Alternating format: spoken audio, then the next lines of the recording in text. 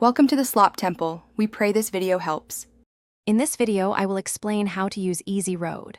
First, download the Easy Road application from your preferred app store, which takes less than 1 minute.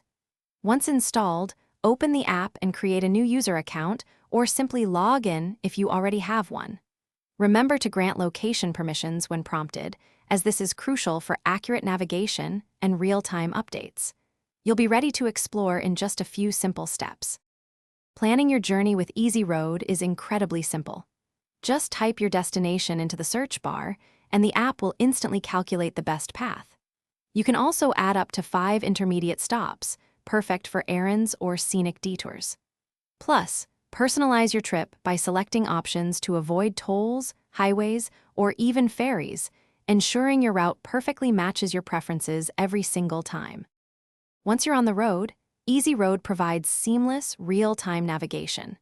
You'll receive clear, voice-guided, turn-by-turn directions, ensuring you never miss an exit.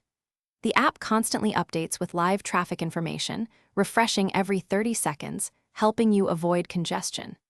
If a faster path becomes available, Easy Road will automatically suggest an alternative route, saving you valuable time and reducing stress during your drive.